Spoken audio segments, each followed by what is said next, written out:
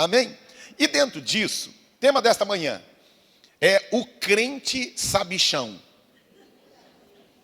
Diga para o seu irmão, você é um crente sabichão? Porque, irmãos, o que não falta hoje, né, meu amigo comandante Júlio? O que não falta hoje é crente sabichão. O cara acha que sabe mais, Ju, do que todo mundo. Ele é o sabichão, Ione. Então, não tem o que ensinar o cara, Alexandre. Ele já sabe tudo. E o pior, além de dizer que sabe tudo, ele julga a tudo. Aí começa o grande perigo. Aí começa o grande perigo. Olha lá. Com respeito aos alimentos sacrificados aos ídolos, aí eu coloquei ali, ó. Vamos dar uma paradinha aqui. Ele vai falar de alimentos sacrificados aos ídolos. Vamos entender o que é que está acontecendo ali. O que está acontecendo? Porque ele vai responder, a carta de Coríntios, ela está respondendo várias perguntas feitas pelos irmãos. Diga assim, é normal crente ter dúvidas a respeito de muita coisa. Normal. Então, você precisa primeiro orar, buscar a Deus. Primeiro, orar e buscar a Deus. Segundo, ouvir e conhecer aquilo que os patrícios, os pais da igreja, tinham entendimento a respeito disso. Então, seu pastor aqui, eu leio muito o que Agostinho escreveu, o que Calvino escreveu, o que Armínio escreveu, e que tantos ônibus, o que Jerônimo escreveu, e homens que pós-igreja primitiva, mas ainda eram grandes historiadores, grandes homens santos de Deus, estudiosos das Escrituras, porque eu oro, eu leio, mas eu procuro comparar se o meu entendimento está batendo com estes homens que têm história. Diga assim, eu não caí aqui de paraquedas, nós temos uma história. Então nós precisamos, irmãos, conhecer a nossa história, amém? Conhecer a nossa história. Isto é importante, conhecer a nossa história cristã. Então, vamos entender o que está acontecendo ali na igreja de Corinto. Paulo foi lá, abriu a igreja de Corinto, e aí depois ele saiu, e depois que ele saiu, ele ficou sabendo que estava ocorrendo alguns perrengues lá.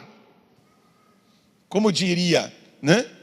Eu fui pregar em uma igreja essa semana, e o pastor de lá usou a mesma expressão que o meu filho utiliza, né? Estava tendo um monte de treta lá no meio da igreja. Eu falei assim, eu pensei que era só meu filho que usava essa expressão.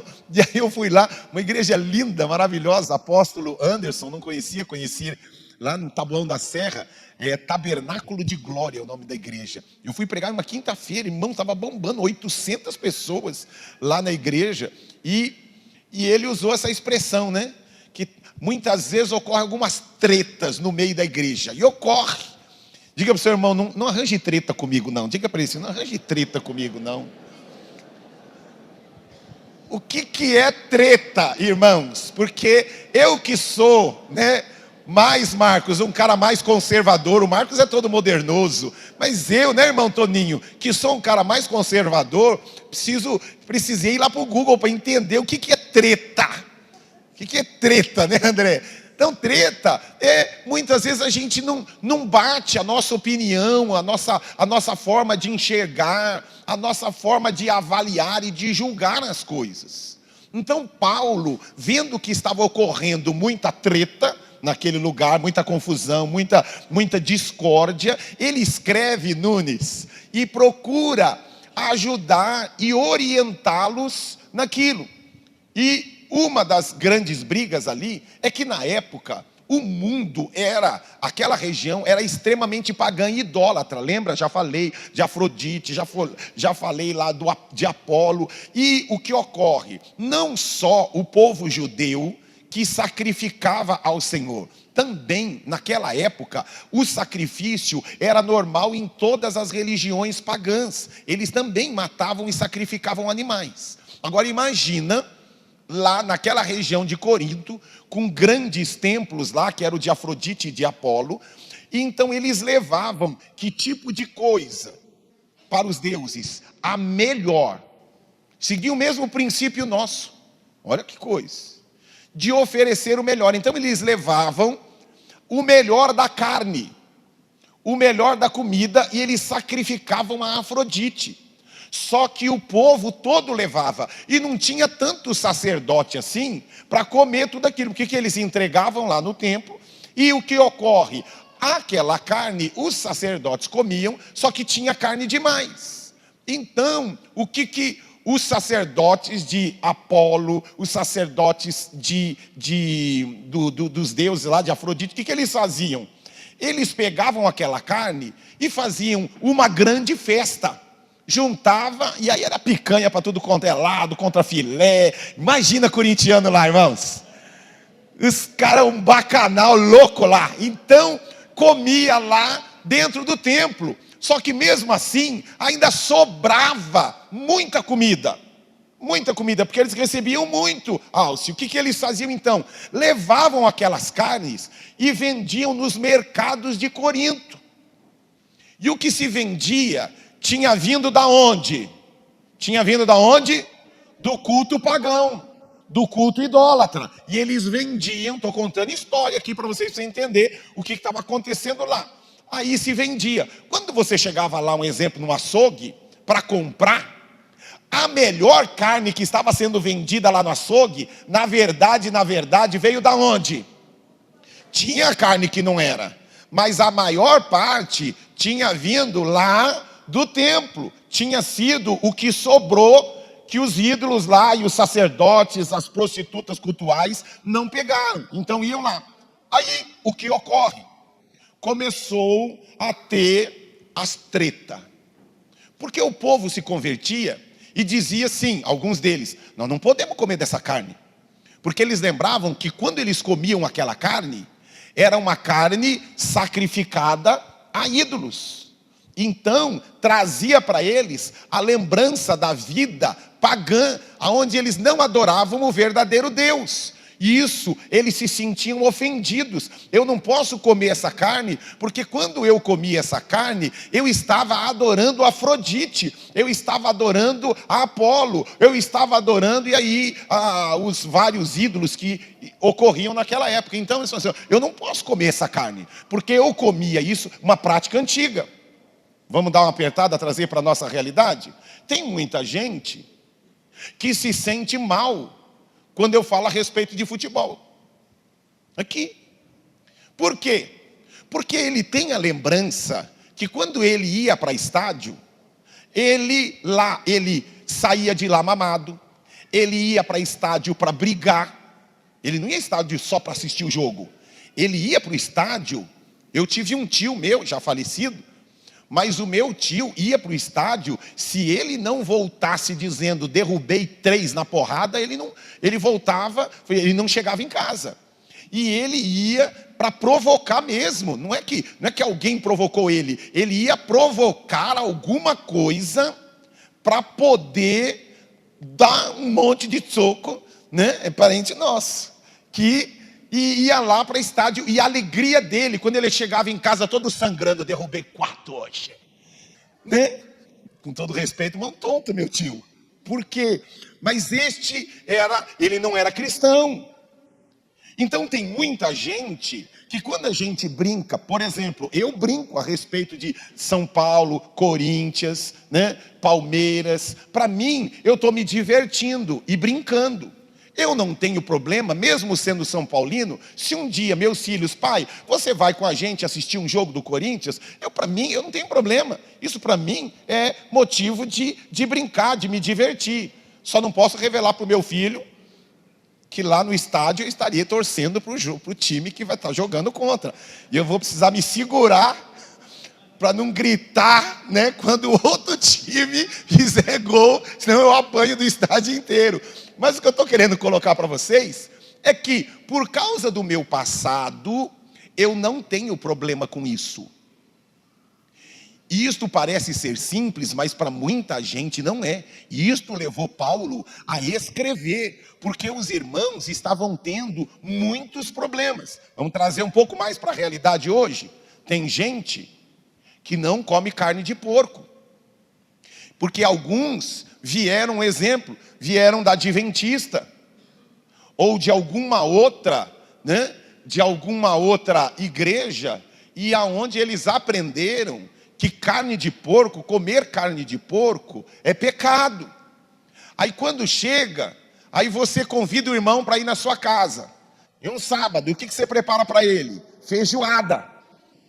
E só que a sua feijoada não é com carne vegetal.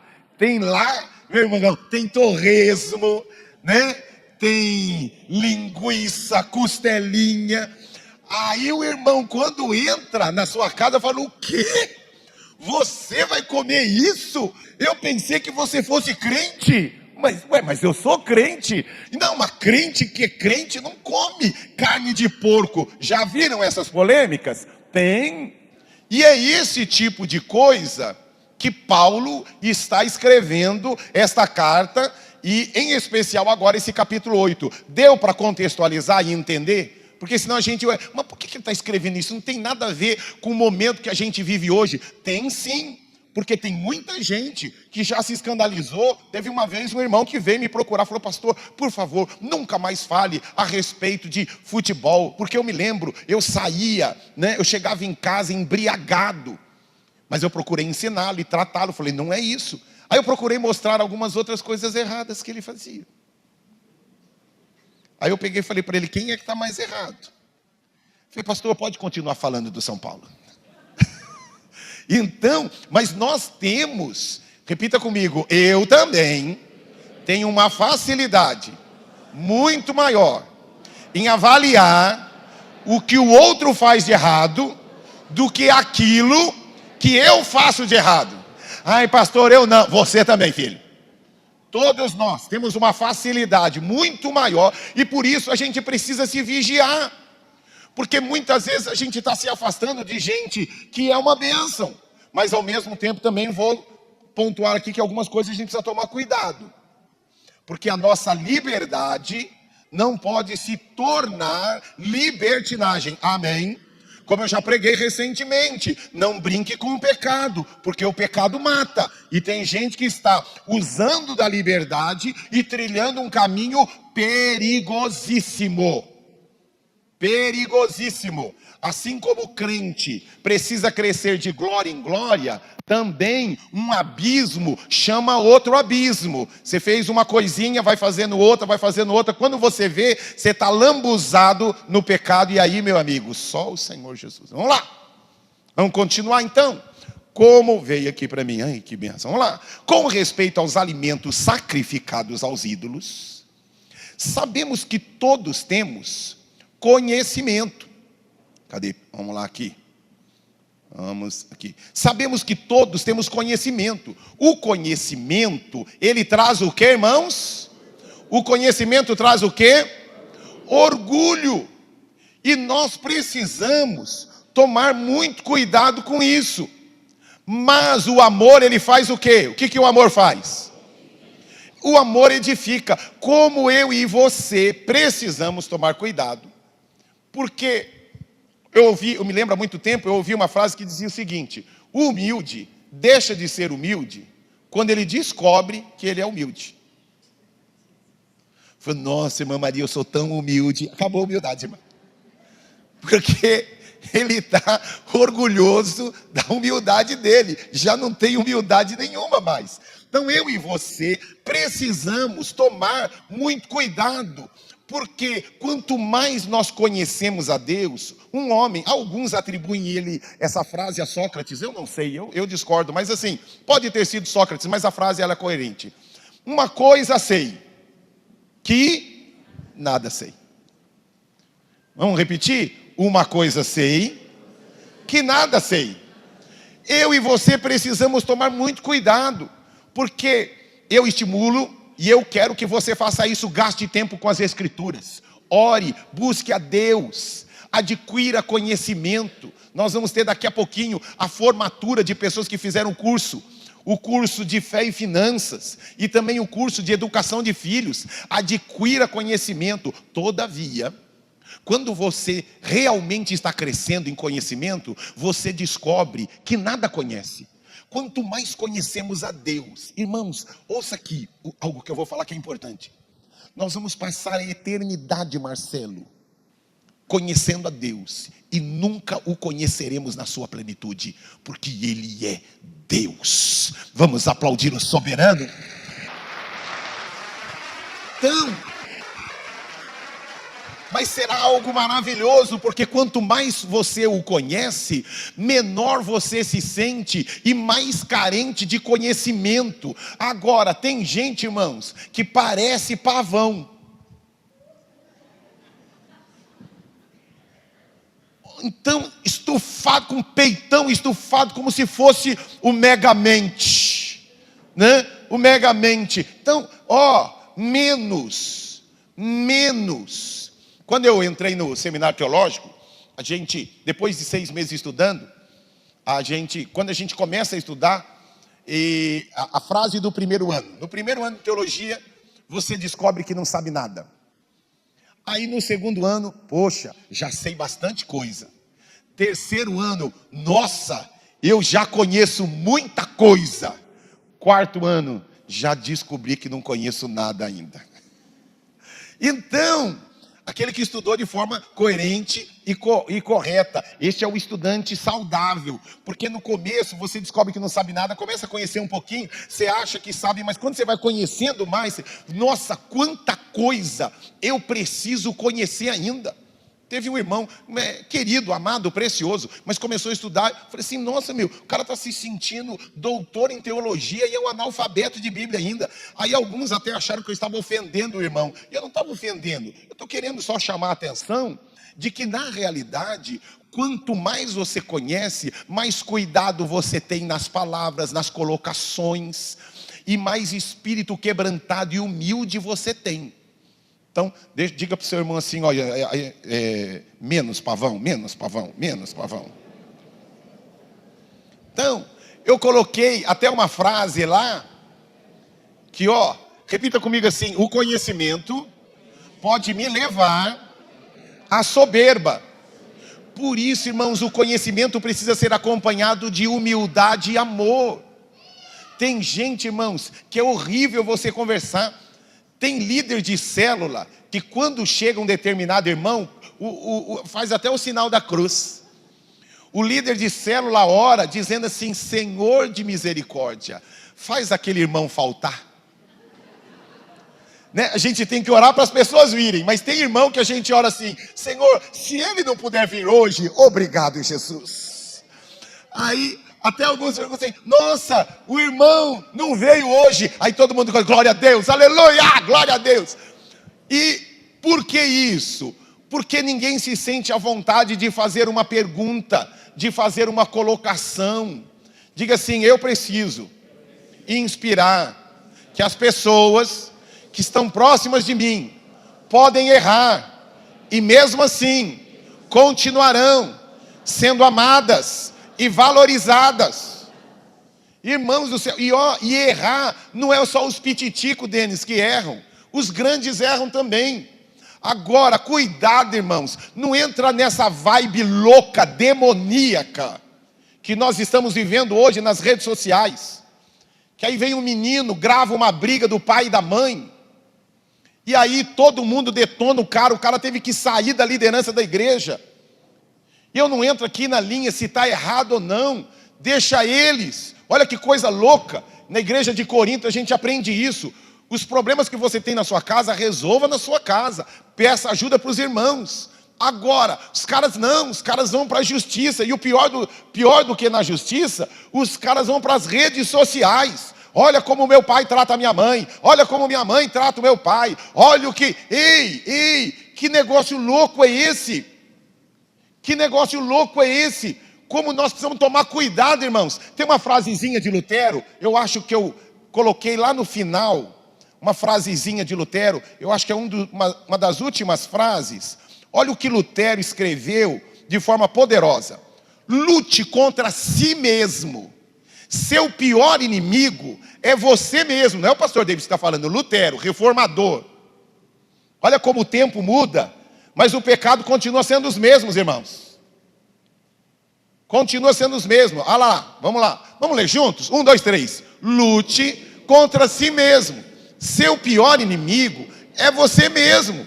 pois você fornece a Satanás as armas contra si mesmo. Porque quando você culpa e acusa os outros, você está autorizando o diabo a levantar outras pessoas para também te culpar e te acusar. Você entende? Olha o perigo de ficar assistindo um monte de videozinho. Aí teve lá o desentendimento lá na família, lá do lago, lá. E aí começa a ter desentendimento entre eles. E a gente fica que nem louco querendo saber as últimas notícias do lago. Você vai ver o monstro do lago Ness saindo na sua vida para devorar você. Ei, você é louco? Nós vamos ficar dando ibope para o diabo. E eu fico louco da vida. Os meus seguidores querem saber mais informações. Vai te catar, meu, vai pentear macaco. Eu não quero saber, deixa que eles se resolvam. O que eu vou fazer é orar para que Deus tenha misericórdia, cuide deles, dê direção, sabedoria e os abençoe. Nós temos, repita comigo assim, eu tenho mais facilidade de valorizar as coisas erradas que os outros fazem do que as coisas certas que os outros fazem. Você entende o perigo, irmãos? Insisto aqui, pastor, nós não vamos hoje, o senhor não vai passar, pôr na mão e revelando, o senhor não vai, ei, eu estou revelando o que é que há de problema dentro de mim e dentro de você. Eu estou revelando aquilo que eu e você precisamos ser tratados para nós sermos pessoas felizes e saudáveis.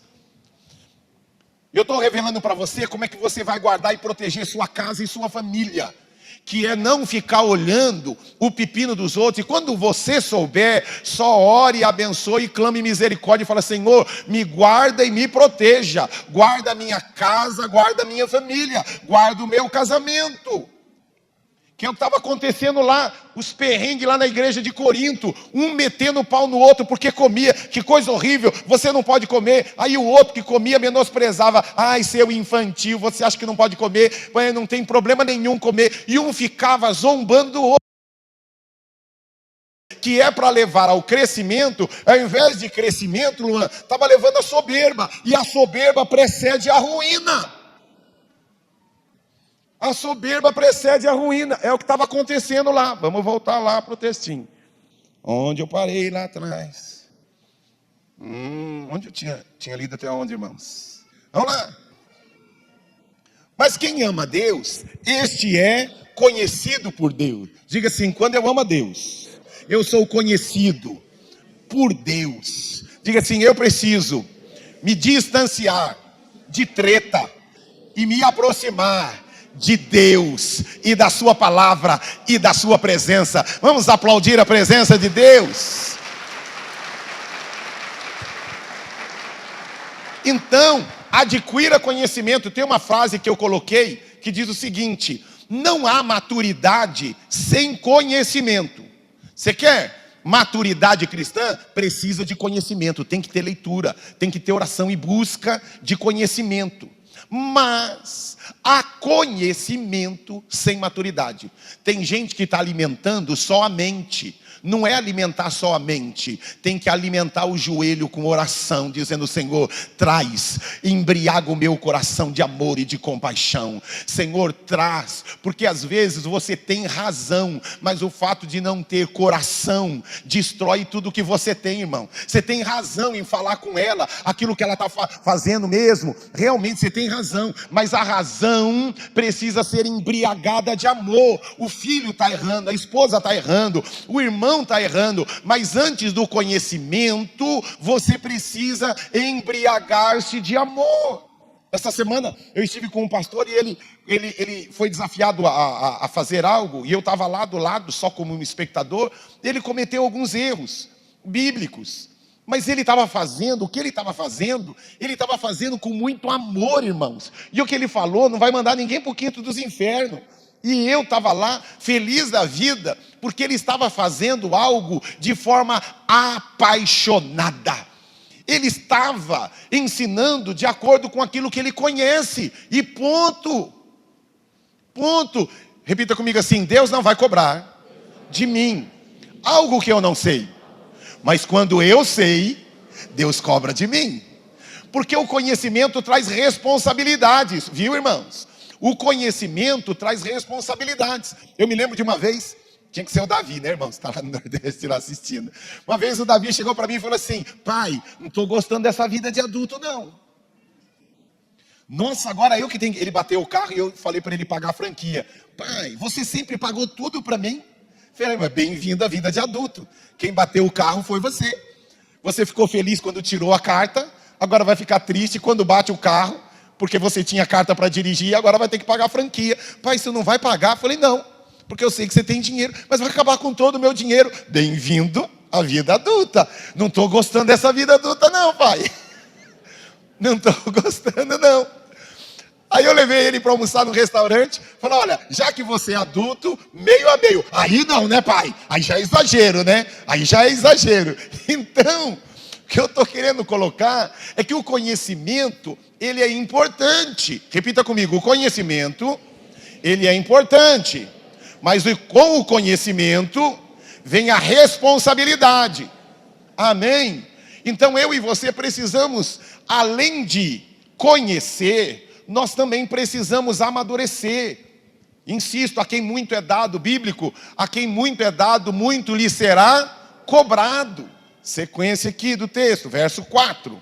Portanto, em relação ao alimento sacrificado aos ídolos, sabemos que o ídolo não significa nada no mundo e que só existe um Deus. Tem gente, irmãos, que olhou lá no shopping Aricanduva, tem lá a imagem, tem uma imagem lá em frente em cima da Riachuelo, tem lá uma imagem lá. Ah, não, agora eu não vou mais nesse lugar, porque tem aquela imagem ali, eu não ponho meu pé mais naquele lugar. Eu me lembro quando eu era pititico, falaram para mim assim, pititico, já tinha uns 20 anos.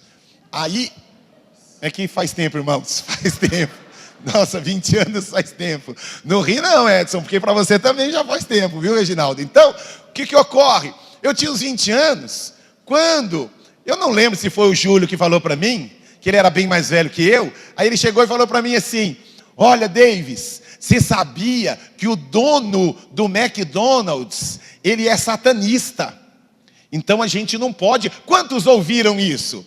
Que o dono do McDonald's é satanista, então crente não pode comer hambúrguer do McDonald's. Graças a Deus, eu já tinha maturidade. Falei, irmão, se você não quer comer, Deus abençoe você. Senhor, obrigado por este número 1. Rock. E come, entendeu? Você não quer comer feijoada? Manda para minha casa, que eu como. Então, agora, precisamos, embora em meio à brincadeira aqui, nós precisamos tomar cuidado, porque tem gente que veio de um contexto que a gente precisa ir com mais cautela. Com mais cautela. Só existe um Deus. Para a gente, aquilo ali não tem nada. Aí tem gente que fala, na imagem tem um demônio. Se tiver, quando eu chegar perto, foi embora, acabou. Tinha, mas quando eu cheguei perto, virou só estátua de gesso, de ferro, de pau, sei lá o que é. Mas eu reconheço que só há um Deus, Criador dos céus e da terra. E ponto para mim. Então para mim, a questão se foi sacrificada para ídolo, meu amigão, se a galinha estiver fresquinha, leva para casa e me chama para a gente comer uma galinhada. Acabou. E nós vamos ficar felizes da vida. Pronto, porque eu amo comer galinhada, irmãos. Eu amo. Agora, tem gente que quando vê misericórdia já sai de lá. Não, irmãos. Diga assim, quem tem que fugir? Não sou eu, mas são os demônios. Você entende? A Bíblia diz em Osés, meu povo sofre porque lhes falta o conhecimento. Mesmo a carne de porco, respeito você, mas depois de Jesus, toda a alimentação, ela é bênção para nós. Tem gente que não come carne de porco por uma questão de saúde, porque carne de porco precisa ser muito bem feita, muito bem cozinhada, muito bem preparada. É por uma questão de preferência, de saúde, mas por uma questão religiosa, não, irmãos. Depois de Jesus, o que entrar aqui, irmãos, é bênção. E o que não for bênção, entrou por cima, sai por baixo, irmão. E aperta lá a descarga que vai ser uma bênção também. Vai! Então, deixa eu dizer uma coisa para você. Agora, Se a sua consciência te acusa, não coma. Espere ter maturidade. Não, isso para mim, isto não me cai bem. Amém? Isso não me torna mais santo que você. Entende isso? Se você não come carne de porco por causa de todo o ensinamento religioso que você teve anteriormente, e isso afeta a sua consciência, eu quero dizer para você, não coma. Não vá comer porque todo mundo está comendo. Só come a partir do momento que, não, isto para mim não muda nada. Porque todo alimento abençoado será bênção para a minha vida. Por isso nunca coma sem primeiro, Senhor, abençoa este alimento para que este alimento seja bênção para a minha saúde. Você não sabe o que foi feito com o alimento? Eu já tive gente que foi, e demônios entraram na vida dela através de um copo de refrigerante.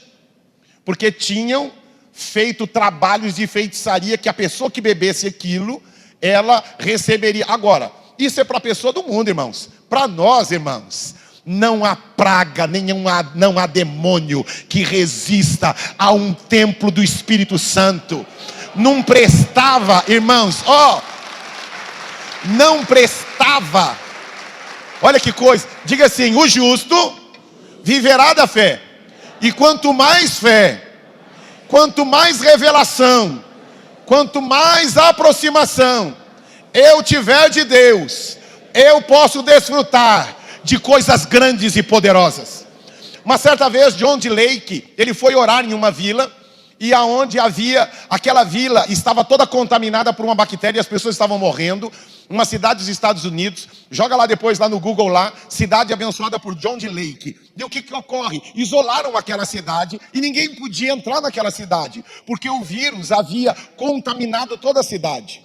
Mas John D. Lake era um homem de Deus, um homem que cria no poder da presença de Deus nele. E aí ele foi até lá para orar. E aí estava uma barragem lá e ele não pôde entrar.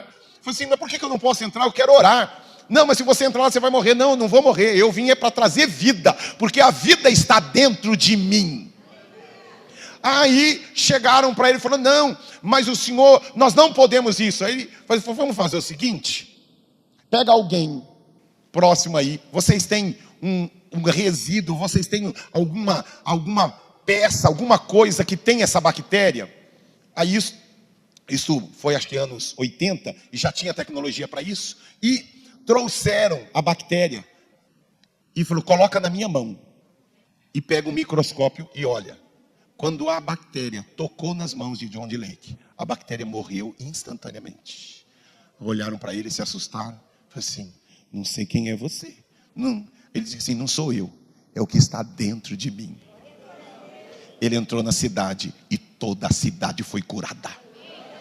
Então, o que é que eu estou querendo chamar a sua atenção? Podem ter feito um monte de coisa, irmãos, mas se você crê e chegou no nível de maturidade, está lá, pegaram a água, veio a água lá sei lá, mas fizeram, enterraram 5 sapos, espremeram o sapo, e aí tem extrato de sapo aqui. Aí você está pensando que é suco verde, o que é? Suco de abacate. Mas não é suco de abacate, é suco de sapo, que mataram lá no meio do cemitério da Vila Formosa. Na sua cabeça você acha que é abacate. Tudo bem, mas você aprendeu que o Rei dos Reis está dentro de você. Ele habita dentro de você. E aí, o que ocorre? Na hora que você toma o suco de... Quer dizer, não, isso não é de abacate, é o suco de sapo. Aí o que ocorre? Vira abacate. Por quê? Porque você é um pé de abacate. Mas o que eu estou querendo dizer? Você é um pé da vida de Jesus. Diga assim, o Senhor Jesus habita dentro de mim. Eu sou santuário de Deus. Levante suas 2 mãos para os céus. Não há comida, não há feitiçaria, não há pomba gira, não há periquito que gira, não há sapo morto, nem sapolândia, porque sobre mim e dentro de mim habita a glória, a plenitude do Rei da Glória. E aplauda o Rei da Glória. Amém. Como eu e você precisamos tomar cuidado, irmãos.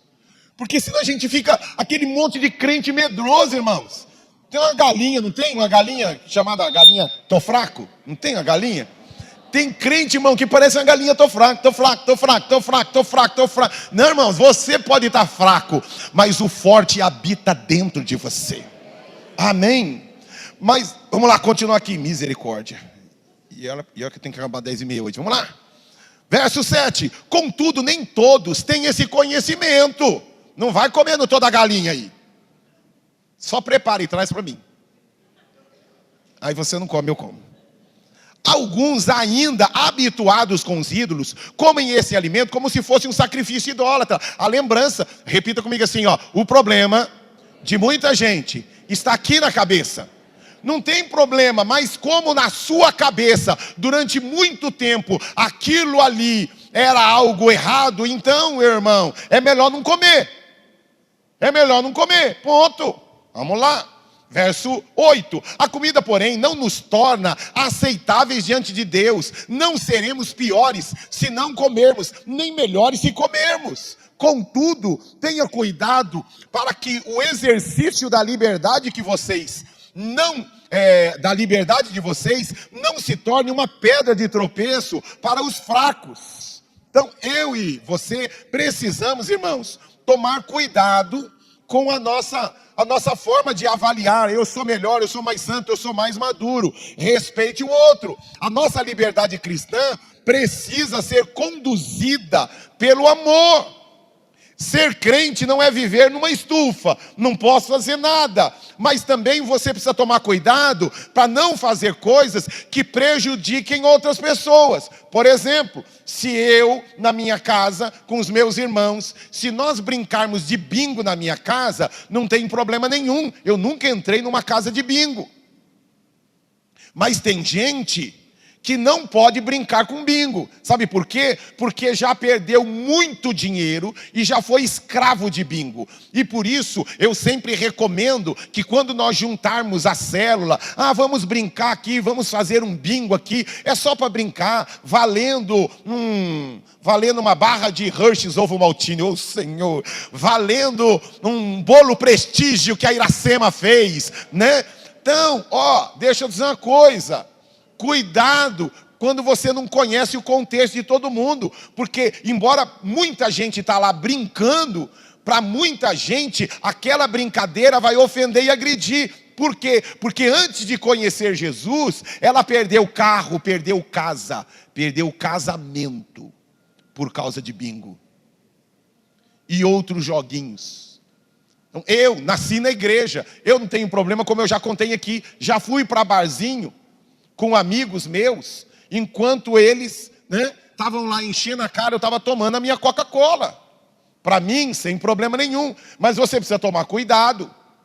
Porque eu fui, acho que umas 2 ou 3 vezes, por causa de muita pressão do meu gerente. Acabei indo. Falei, sempre você é o único que não vai. E a minha alegria, que eu testemunhei aqui. Depois, a primeira rodada, estava todo mundo bebendo. Na segunda rodada, todo mundo pedindo só Coca-Cola. Eu fiquei feliz da vida. Porque eles, por respeito a mim, mudaram ali o procedimento. Agora, você precisa tomar cuidado. Você entrar num bar para tomar uma Coca-Cola, aí os irmãos vão passar e ver lá, não vão achar que você está tomando Coca-Cola.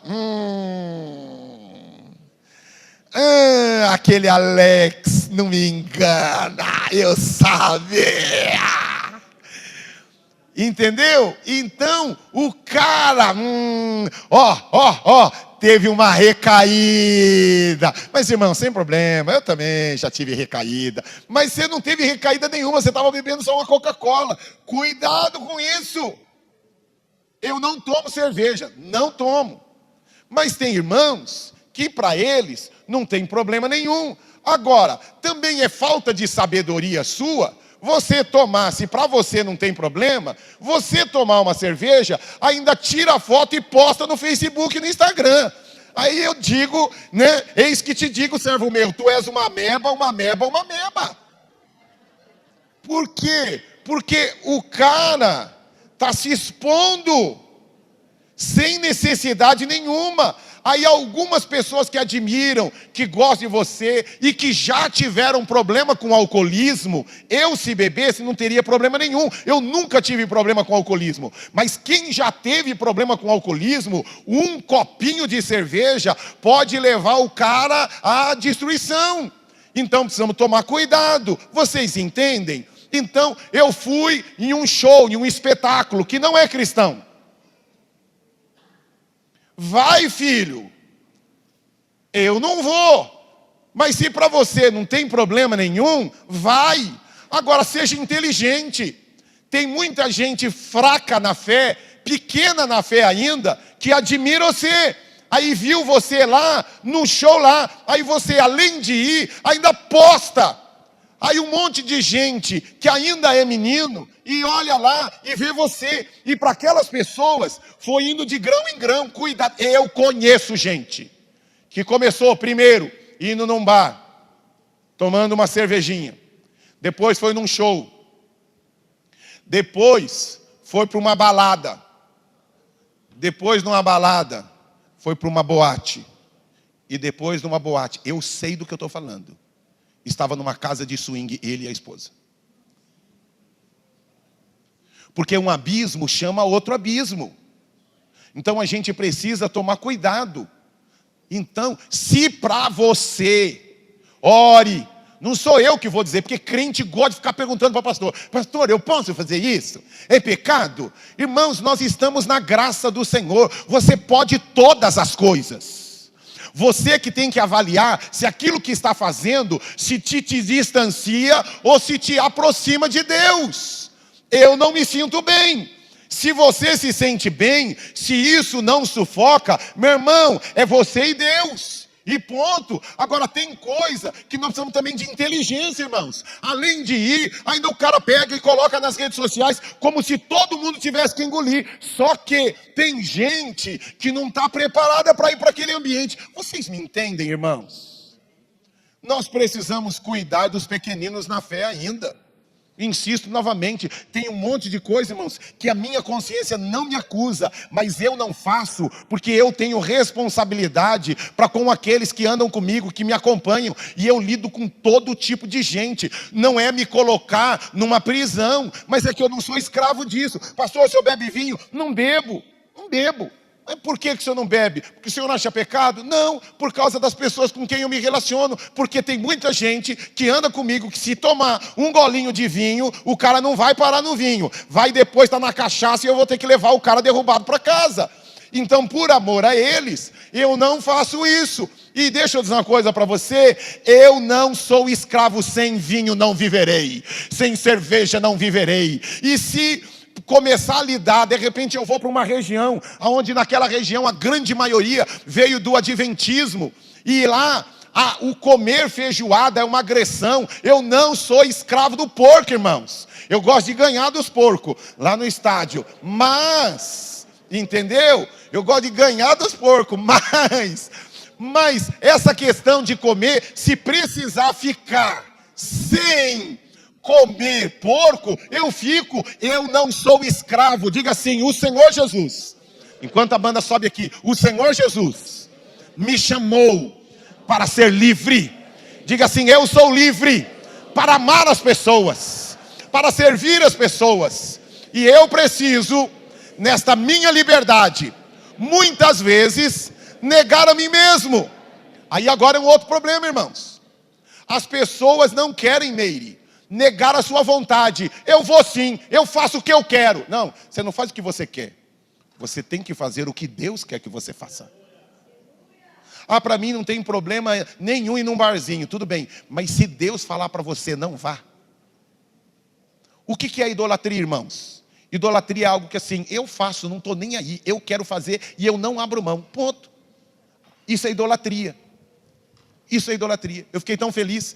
Nós tivemos uma confraternização ontem, pessoal do Viva Mais, e eu fiquei tão feliz. Uma senhora, cadê o pessoal do Viva Mais aí, ó? Foi tão lindo, tão lindo. E ela contou lá pra gente que ela comprou uma casinha lá em Bertioga, que eu já profetizei, que eu já me vi de sunga lá, naquela casa lá em Bertioga. E eu peguei, falei assim: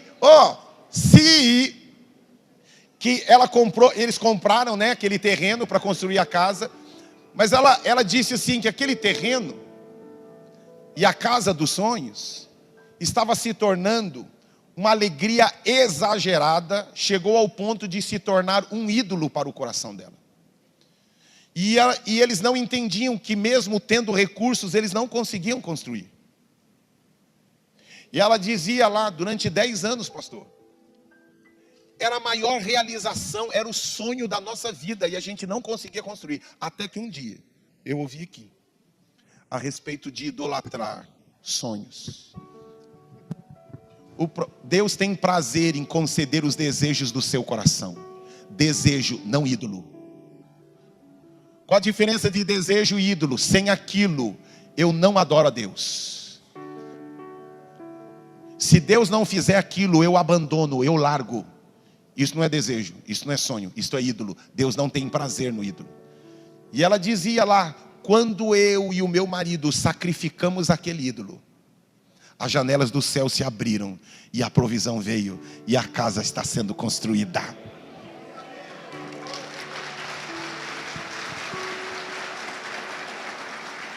Diga assim, muitas vezes eu conheço demais e me torno um peito estufado, um sabichão. Menos. Cuidado quando as pessoas errarem. Tenha um coração de amor e de compaixão. Ore por elas. Ore por elas. Respeite alguns posicionamentos. Para você não tem nada. Mas aquelas pessoas são tão importantes para Deus como você. A gente precisa entender, irmãos, que Deus não morreu só pelos que estão aqui. Tem gente que não está mais aqui, está assistindo em casa, nem faz mais parte da nossa comunidade. Mas Jesus, o Jesus que morreu por mim, também morreu por estas pessoas. Algumas têm problema comigo, eu não tenho problema com nenhum delas. O que eu quero é que elas cheguem ao pleno conhecimento do Senhor Jesus. Ame as pessoas, sirva as pessoas. Seja alguém livre. Livre.